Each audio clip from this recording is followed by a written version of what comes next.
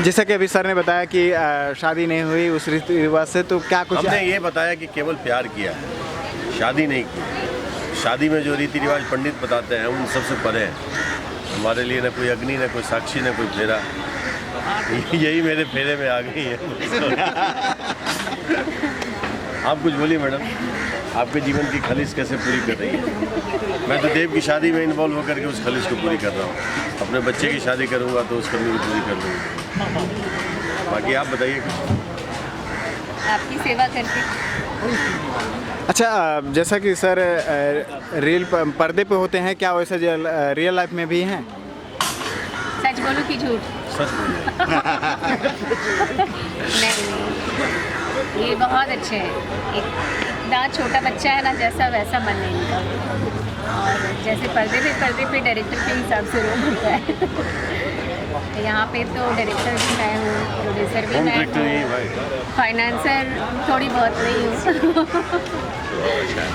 तो यहाँ पे ऐसा नहीं है। रियल लाइफ शादी के बारे में कुछ पूछे इनसे, आप अकेले में पूछे।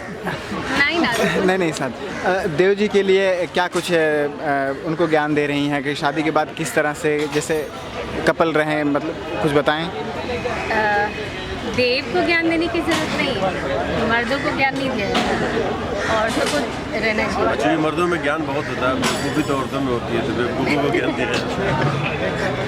नहीं, ऐसा नहीं है। लड़की एक्चुअली क्या होता है ना, मर्द तो अपने घर में ही रहता है, वो अपने माँ बाप के साथ ही रहा, वो अपने माहौल में ही रहता है। लड़कियाँ कहीं और से इधर आती हैं, तो जब लड़कियाँ कहीं उधर से आती हैं तो उनको एडजस्ट करना पड़ता है।